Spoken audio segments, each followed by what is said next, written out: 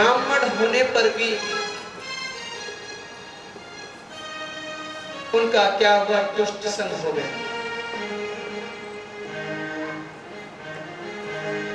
जंगल में माँ ने, पिता ने भेजा कि पुष्प लेकर आओ, और वहां पर शूद्राणी को देख लिया,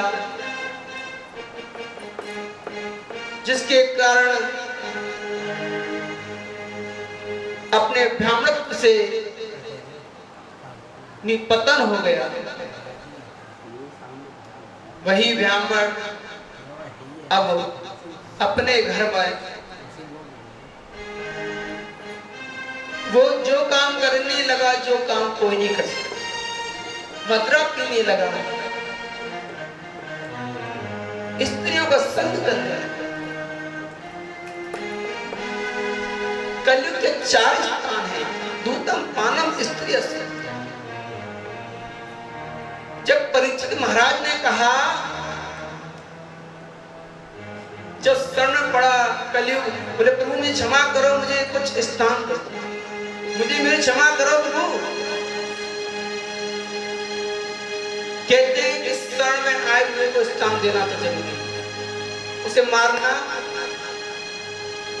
ये कोई इंसानियत नहीं, ये राजा का धर्म नहीं, किसी का भी धर्म नहीं।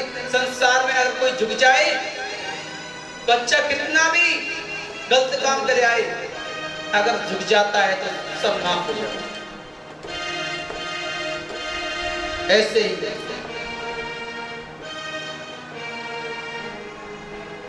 कलयुग परीक्षित महाराज के चरणों में गिर गए, चरणों में गिर गए तो कहने लगे, मुझे महाराज कोई स्थान तो दे दो रहने के लिए।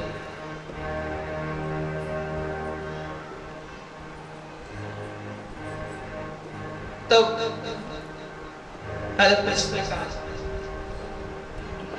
द्रुतम पानम स्त्रियस्य, जहां जुआ खेला जाता वहां तुम जाना है, जहां मदरा पी जाती है वहां जाना, जहां पर स्त्री संग होता हो वहां जाना, अधर्म से कमाई हुई धन वहां जाना। बोले महाराज आपने इस तरह के मुझे चारों जो दिए वो सारे बड़े गंदे ही स्थान दिए, मेरे लिए कोई एक स्थान तो अच्छा सा होता। तो बोले जाओ, पाप का कमाया हुआ धन, जिसे मतलब किसे क्या कहते हैं, सोना, उसमें तेरा बास। लोग कहते हैं परीक्षित महाराज जो है उस समय सोने का मुकुट पहनना का था, वो किसका था, दुर्योधन का, और तुरंत प्रणाम किया और वही सिर पर चढ़ गया। लोग कहते हैं, किंतु हमारे संत कहते हैं कि उनके मुकुट पे नहीं,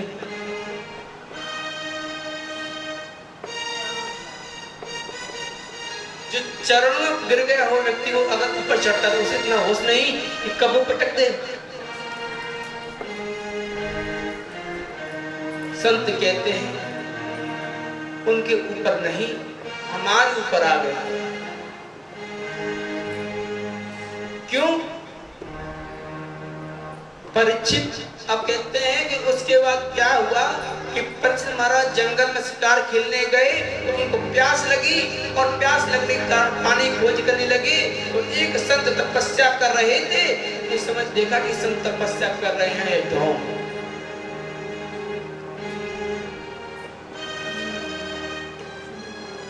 इस पर एक छोटा सा प्रसंग आता है संतों का।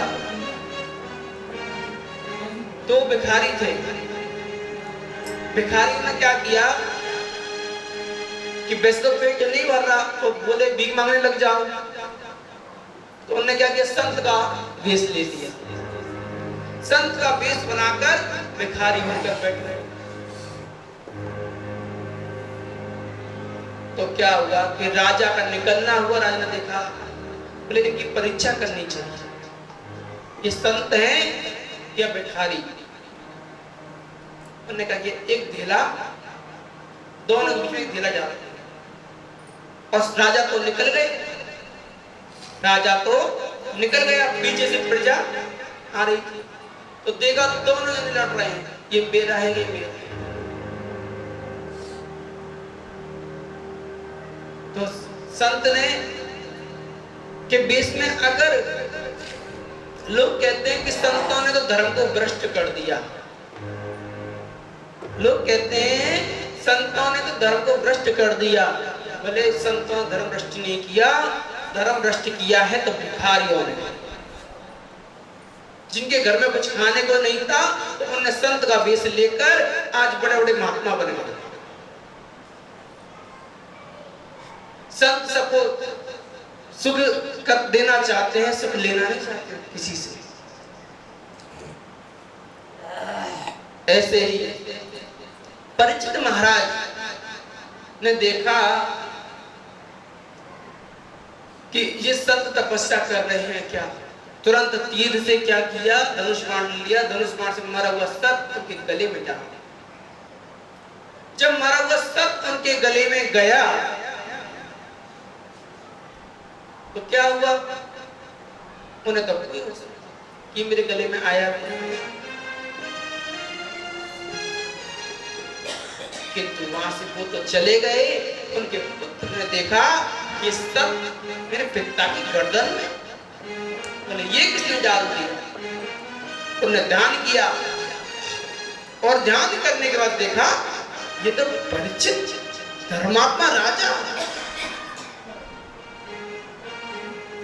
इसने डाल दिया।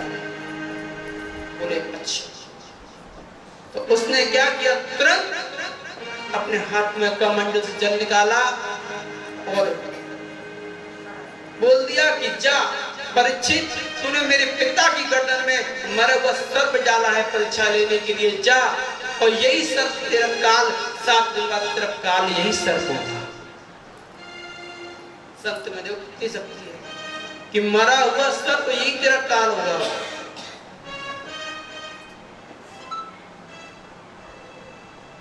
तो ये बात जब परीक्षित को पता लगी, अब देखिए अगर परीक्षित के ऊपर कलयुग होता तो उनको ये बात कैसे पता लगती, क्योंकि कहते हैं कि पहले राजा भी बड़े ही विद्वान, बड़े ही संत विचार होते थे। जब आप तपस्या करोगे तो आपके अंदर स्वयं विचार आने लगे, कौन आपके साथ चोरी कर रहा है, कौन डग्गीमारी कर रहा है, कौन आपको ठग रहा है। अगर आपके अंदर सत्य है तो कोई आपको ठगने आया है, कोई मुंह से कितना मीठा बोल ले, किंतु उसके में कहते हैं कि दूध में कुछ काला, वो दिखने लग जाता है, चाहे वो कितना सुंदर हो, चाहे कितनी माया फैलाए, क्योंकि सत्य जो व्यक्ति होगा उसके सामने वो नहीं चलता। ऐसे ही परीक्षित महाराज तो पता लगी कि मेरी 7 दिन बाद मृत्यु है, तो क्या करने लगे 7 दिन के लिए, अब सबके पास जाने लगे, प्रभु मेरी मुक्ति का उपाय बताओ। कोई कहे कि ध्यान करो, कोई कहे योग करो, कोई कहे यज्ञ करो, किंतु किसी के कहने पर भी उन्होंने कुछ नहीं किया। क्यों? वो जानते थे मेरा कल्याण किसमें। अगर वो नहीं जानते तो वो जैसे लोग कह रहे थे वैसा करने लग जाते। आज संसार में यही तो है, अगर हमारे घर में कोई बीमारी हो जाए, किसने कह दिया कि उसे दिखाया तो ठीक हो जाएगा, किसी ने कह दिया उस डॉक्टर पर चला जा तो ठीक हो जाएगा, किसी ने कह दिया वो माता जी है वो ठीक कर दी वहां चला जा, यही तो होता है। किंतु परिचय महाराज किसी की नहीं सुनी। यमुना गंगा जी का किनारा है, वहां संतों से पूछ रहे हैं तो हजारों सूरज के समान एक प्रकाश सामने से आ रहा है। उसको देख के सभी संत खड़े हो गए, प्रणाम करने लगे। उन्हें देखा इतना तेजस्वी बालक, ये कौन है? तुरंत उनको प्रणाम करने लगे हैं। और सुखदेव जी महाराज की जय। सुखदेव जी महाराज को जैसे ही प्रणाम किया, और प्रणाम करने के बाद क्या, वट वृक्ष का, वट वृक्ष है, वट वृक्ष के, और कहीं घटना आती है, संत जब भजन करने के लिए निकले तो केवल एक धोती से निकले, और आज उनके लाखों धोतियां आ रही हैं। तो ये अपनी उनकी वो है, किंतु वो अपने लिए आज भी वो दो धोतियों में ही रहते हैं। कितने महात्माओं के नाम आते हैं वर्तमान में। संत हमेशा अपनी शौक के लिए कपड़े नहीं पहनते। संत तो ये कहता है कैसा भी मिल जाए। एक बार एक संत जी स्नान कर रहे थे यमुना जी में, वहीं एक करोड़पति सेठ संत जी के लिए धोती लेकर आया। बोले संत जी आप इस धोती को पहनिए।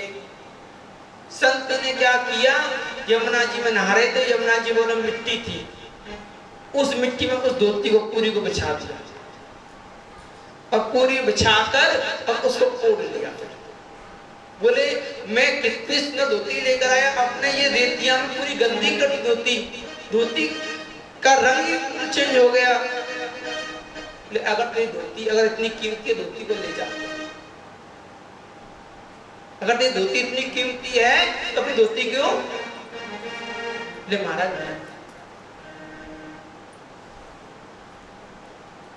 बोले ऐसा क्यों किया? बोले पहले मेरे ठाकुर ठाकुर जी को समर्पित किए पहले, क्योंकि संत हमेशा कोई वस्तु आती है पहले अपने इष्ट को देते हैं, उसके बाद संत। क्योंकि यमुना जी की पचरानी है, यमुना जी की रेत में मिलेगी हमारे कृष्ण स्वीकार करें, क्योंकि यमुना जी का रंग काला है। वही कथा आगे आएगी गोपियों के प्रसंग में, यमुना जी से कैसे वार्तालाप हुआ है। तो परीक्षित महाराज तुरंत संत के चरणों में बैठ गए। बोले महाराज मेरा कल्याण का उपाय बताओ। तब परीक्षित महाराज से शुद्ध जी मुनि ने केवल कहा, पुत्र तुम श्रीमद् भागवत कथा श्रवण करो। बोले महाराज हम तो जानते नहीं, फिर वो आप ही सुनाइएगा। तो उनने कोई चीज तो नहीं सोचा क्या करना चाहिए क्या नहीं करना चाहिए। तुरंत परीक्षित महाराज सामने बैठे हैं और सुखदेव जी महाराज कथा कर रहे हैं। कथा करते करते 4 दिन बीत गए। तो सुखदेव जी कहने लगे परीक्षित दिन रात कथा चली है, कोई नॉन स्टॉप, कोई स्टॉप नहीं है बीच में, कथा चली जा रही लगातार। तो सुखदेव जी महाराज कहते हैं परीक्षित आपने 4 दिन हो गए हैं, आपने पानी नहीं पिया है, पानी तो पी लो। बोले महाराज इसी पानी के कारण मेरी आज मृत्यु आई है 7 दिन बाद। बोले अगर मैंने दोबारा पानी पी लिया ना जाने क्या हो जाए। अगर मुझे पानी प्यास ना लगती तो मैं गले के ऋषि के गले में सर्प क्यों डालता, न ऋषि के गले में सर्प डालता, ना मुझे श्राप लगता। हाथ बांध के नहीं बैठे था। तब कपिल जी मुनि जब परीक्षित महाराज कथा सुने जा रहे हैं, गंगा जी किनारे बैठे हुए हैं, सुनते सुनते 7 दिन हो गए। तो माँ कहती है परीक्षित तुम जा तो रहे हो कि तुम मेरा कुछ कल्याण तो बताते जाओ। मेरा कुछ कल्याण बताते जब आप तो जा रहे हो, कोई बात नहीं। तो माँ से कहते हैं परीक्षित महाराज, माँ आपने मुझसे बहुत सुंदर प्रश्न किया है, क्योंकि ऐसा प्रश्न क्यों किया? ऐसा प्रश्न इसलिए कहा, हम लोगों को शिक्षा देने के लिए, क्योंकि स्त्रियों में थोड़ी समझने की क्षमता कम होती है, तो इसलिए, क्योंकि संत तो उस समय संस्कृत में बोले जा रहे हैं। तब परीक्षित महाराज ने कहा, माँ केवल कृष्ण से आप नाता जोड़ो और कृष्ण की सेवा में लगे रहना, इसके अलावा कुछ। भागवत का सार यही है कि कृष्ण की सेवा में सदा लगे रहना। और इस प्रकार परीक्षित महाराज अपनी मां को कहते हुए और अपने आराष्ट्र अपने दादा श्री कृष्ण के चरणों का ध्यान करते हुए अपने इस नश्वर शरीर को त्याग किया है।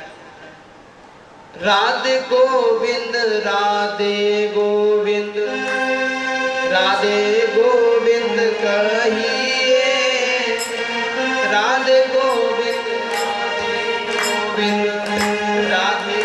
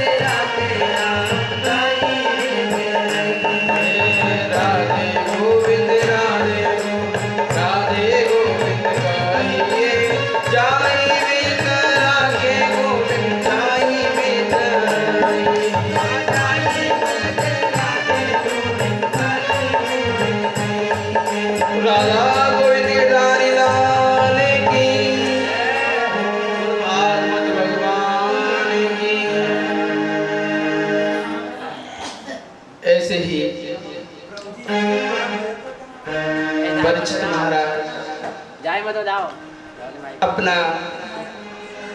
तो इसीलिए लोग कहते हैं भागवत 7 दिन की होती है। तो आज हम अपने कल्याण के लिए कौन श्रवण करता है?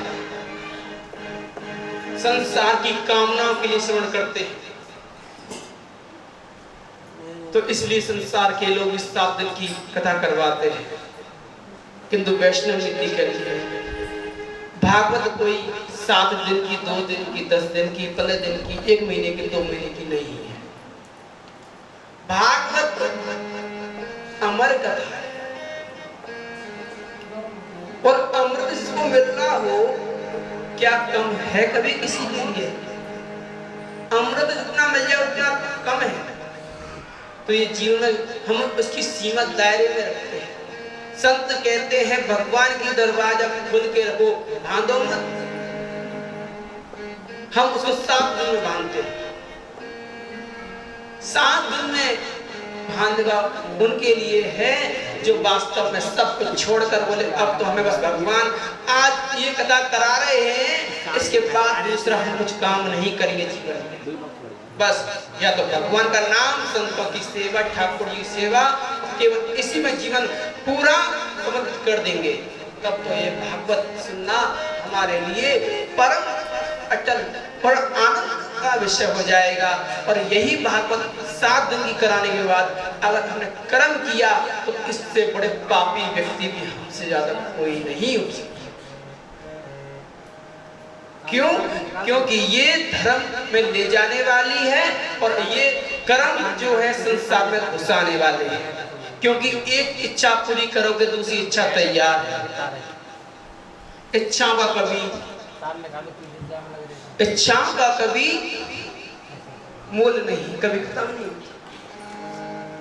इच्छाएं बढ़ती ही जाती घटती।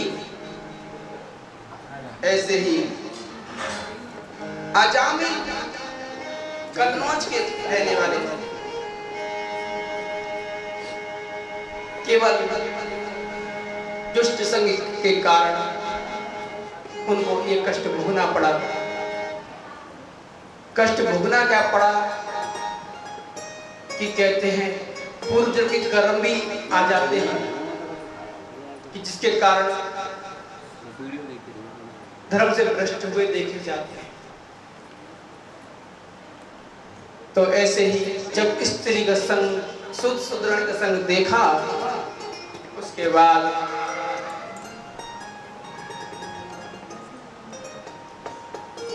क्या हुआ कि अब तो वो घर में अपने मदरा पिता स्त्री के संग रहता, बस पराई स्त्री वैश्य अपने घर पे। ये देखकर कौन बर्दाश्त करेगा? माँ बाप कि तो पिता परमात्मा है, इसलिए वहां सब चले जाए।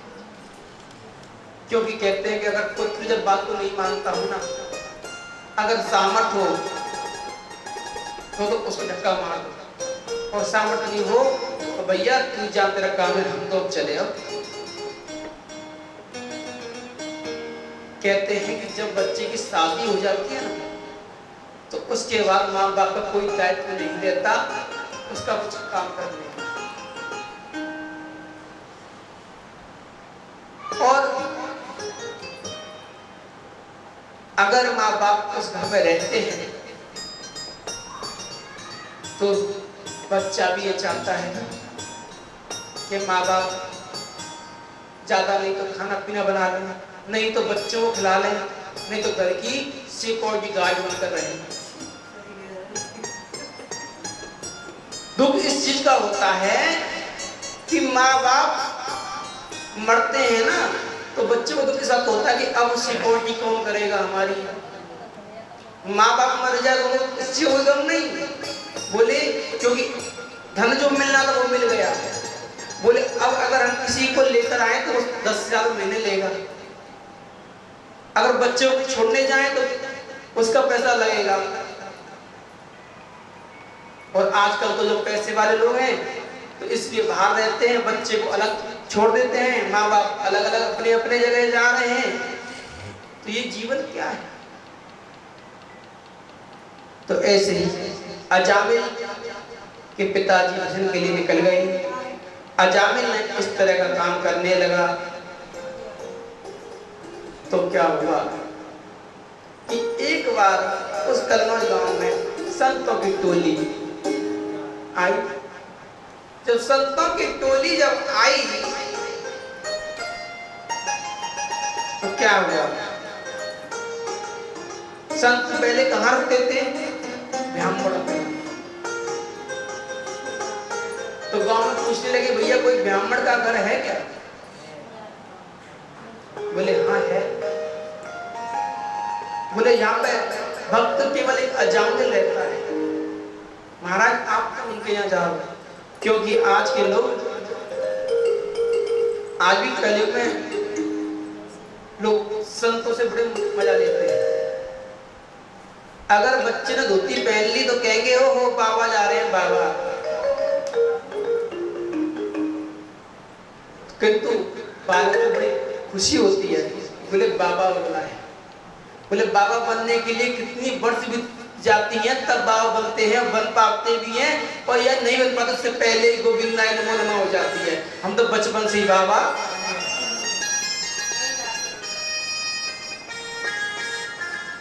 तब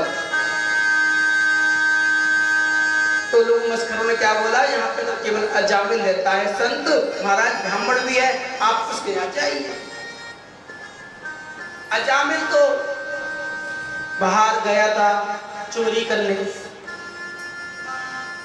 और घर में स्त्री मिली। स्त्री का वेशभूषा देखकर संत तो पहचान गए, वाह प्रभु तेरी माया बड़ी अजीब है। मेरे संग लोगों ने मजाक किया है हमारे संग, किंतु कोई बात नहीं। संत हृदय नवनीत समान, संत सबको एक ही रूप से देखते हैं। संत के अंदर कपट नहीं होता, इसलिए उनके लिए चाहे दारूबाज हो, चाहे कोई नशेड़ी हो, चाहे कुछ भी हो, उनके सामने सभी नतमस्तक होते हैं। क्यों होते हैं? क्योंकि उनके अंदर कहीं कपट नहीं होता। जब हमारे अंदर कपट होगा तो बच्चे भी दूर हो जाते हैं, और जिसके अंदर कपट दूर नहीं होता तो पराये लोग अपने हो जाते हैं। इसी प्रकार संत ने देख लिया कि तो कोई संत ने कहा कोई बात नहीं, अब इसी घर में ही का कल्याण हमको करना है। संत जी वहां पर अब वो पानी लेकर आई, संत जी ने सबका सम्मान किया और कहने लगे स्वामी कहाँ हैं आपके? बोले वो अभी आ रहे। इधर में तुरंत घर से बाहर गई, संत को बिठाकर और नए वस्त्र लिए पीले, और अजामिल मदरा में धड़क हुए आ रहे थे। उनको देख स्त्री ने कहा कि महाराज आपके कपड़े चेंज करो, ये पीले वस्त्र पहनो, और देखो संत हमारे घर पे आए, हमारे कितने बड़े भाग्य से हमारे तपदारी जिनके घर में आए संत भगवादारी। अब कुछ तो कुछ होश नहीं, क्योंकि वो तो नशा में है। संत को वेश पहनाकर, क्योंकि संत बोला था ना, संत कहाँ हैं आपके? संत का रूप बनाकर ले। संत जी पहचान के, वाह प्रभु तेरी माया, कितना अजीब है इंसान। संतों से मजाक करने में नहीं चूकते। एक बार कृष्ण के नातियों ने मजाक किया था संत से, जिसके कारण यादव कुल पूरा नष्ट हुआ था। कहते हैं संतों से और गुरुओं से कहीं मजाक नहीं करना चाहिए। मजाक केवल अपने बराबर के से होता है। तब अजामिल आया, स्त्री में प्रणाम कर, क्योंकि वो तो उसके आधीन था ना। प्रणाम, बोले पूछो महाराज क्या सेवा करूं? अब तो उस स्त्री ने सुंदर प्रसाद बनाया, संतों ने ठाकुर जी का भोग लगाया और उसको ग्रहण किया, और कहने लगे आपके घर में और कौन है? महाराज कोई। बोले महाराज केवल एक संतान है। बोले क्या नाम? महाराज नाम नहीं रखा है, अभी होता है। बोले बेटा इसका नाम नारायण है। इसका नाम, कहते हैं नाम जैसा काम। बेटा का नाम नारायण रखा गया,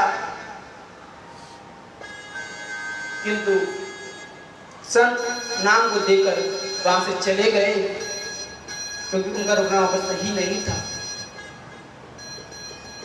और उसके बाद बच्चा जब बड़ा होने लगा, सब कुछ हुआ, अजामिल अपने उसमें वृत्त था, किंतु बेटे में पिता की आसक्ति बहुत ज्यादा होती। तो हर बात में नारायण नारायण नारायण आवाज देता।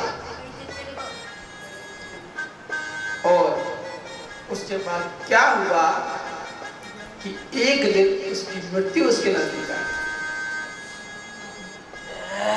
तो उसने देखा यमदूत आए हुए हैं, बड़े विशाल विशाल दांत, काले वेश, नाखून बड़े बड़े, और किस पे आए हैं? सांड पे। कहते हैं ना जब इंसान मरता है तो नीचे से जब प्राण निकलते हैं तो नरक में जाता है। क्यों? कि ये जब रूप को देखता है ना, इस रूप को देखते से डर लगता है, और डर लगने के बाद क्या होता है? मल मूत्र अपने आप निकल जाता है। ऐसे ही उसकी हालत खराब हुई। तुरंत उसने अपने बेटे को नारायण, ये सुनकर भगवान विष्णु के पास दौड़ते हुए अब यमदूत भगवान विष्णु के पार्षद दोनों में लड़ाई हो गई। ये अब वो लेटा हुआ देख रहा है। बोले क्यों? वो कह रहे हैं ये तो पापी है, इसे हम ले जाएंगे। वो कह रहा है इसने नारायण की आवाज लगाई है, बोले हम ले जाएंगे। इसी बात पे लड़ाई होने लगी, और ये लड़ाई जब देखी तो सुबह अपनी स्त्री से कहता है आज मैंने बड़ा अजीब देखा। बोले क्या देखा? बोले मुझे आज यमदूत लेने के लिए आए थे, दो मतलब 4 लोग थे, वो मुझे खींच रहे थे। इधर में 4 बड़े सुंदर वेशधारी, शंख चक्र गदा पद्म हाथ में लिए हुए सब, और वो उधर मुझे लेने आए थे, रथ में लेकर विमान लेकर आए। तो फिर क्या हुआ? तो उन दोनों में जो लड़ाई हुई वो मैंने देखा। बोले आज से मैं अब ये पाप नहीं, आज से ये पाप नहीं। भगवान विष्णु को पार्षद नारायण आवाज लगाई, इसी कारण आए तो थे, किंतु लेकर नहीं गए, छोड़ कर गए। बोले क्यों? क्योंकि तूने अभी भजन नहीं किया, अभी तूने बेटे को याद किया था, किंतु नाम था भगवान का, इसलिए तो छोड़ के जा रहे हैं, और अब तू भजन कर नारायण। तब उसे ये महसूस हुआ, तब उसने कहा कि अब नाथ कुछ चाहिए मोए, अब तो नारायण की भक्ति। अब तो केवल उसके बाद में अजामिल घर को छोड़कर चले गए। छोड़ के जाने के बाद में तप किया है, और तप करने के बाद अजामिल भगवान के धाम गया है। लोग कहते हैं, बहुत से कथावाचक, कि नारायण की आवाज जब लगाई, विष्णुदूत आए और लेकर चले गए। इससे नामाभास होता है, नाम नहीं होता। कहते हैं ना, अगर हम माला करते हैं भगवान की, और उसमें चिंतन है भगवान मेरा ये काम हो जाए, ये काम हो जाए, तो केवल भगवान वही काम करेगा, किंतु भजन नहीं होगा। भजन होता है निस्वार्थ, जिसमें कोई स्वार्थ ना हो। अगर वो स्वार्थ है तो वो भजन नहीं, वो दिखलावेगा है। तो इसलिए कहते हैं भगवान का भजन करना कोई आसान वस्तु नहीं है। लोग कहते हैं कि महाराज 2 कथा तो हर कोई रच लेगा, कपड़े हर कोई पहन लेगा, तिलक हर कोई लगा लेगा, किंतु मन के विचार कौन ग्रहण करेगा? आज हरिद्वार में जाओ, कितने संत बैठे हुए हैं, हम संत देखते हैं, ज्वारी है, नशेड़ी है, सब कुछ करते हैं। उन पर कोई ऐसा कोई शौक नहीं जो ना करते हो। चिलमबाज नंबर 1 के होते हैं, उन्हें हम संत मानते हैं। अगर हम कहते हैं ऐसों की सेवा करोगे तो आप भी नरक में जाओगे, वो भी नरक में ही जाएंगे। वो तो नरक में जा ही रहे हैं, पर अगर हमने उनकी सेवा करी तो हम भी नरक में जाएंगे। इसलिए कहते हैं, लोग कहते हैं ना, मरते वक्त गाय दान करो। अगर कोई खटिया में सड़ रहा हो तो गाय दान करो। हमारे भागवत कहते कभी गाय दान मत। बोले क्यों गाय दान क्यों नहीं करनी चाहिए? बोले हम तो नरक में जा ही रहे हैं और संग में गाय को भी लेके जाएंगे। बैतरणी नदी में, बैतरणी नदी खून आवाज बस की पूरी नदी है, उसमें हम ऐसे पाप किए और पाप करने का हम कष्ट पा रहे हैं, दूसरी गैया को और लेकर जाएंगे। इसलिए मरते वक्त कभी गाय दान नहीं करो। दान करनी है तो संतों सेवाओं वैसे लगा दो, वैसा कुछ करो, किंतु इस पद से मत करो कि हे बैतरणी नदी से पार कर देना। दान खुद करना कोई मना नहीं, किंतु भावना चेंज करना हमारा काम। भावना को चेंज करो, विचार को चेंज करो। भागवत सिखाती है विचार चेंज होंगे तो सब कुछ जीवन चेंज होगा। अगर विचार चेंज नहीं हुआ तो कुछ चेंज नहीं होगा। विचार ही हमारे नरक में ले जाते हैं, विचार ही हमें ऊपर ले जाते हैं। ऐसे ही अजामिल मिशन बड़ा ही शिक्षाप्रद है। और आगे चित्रकेतु नाम के राजा थे।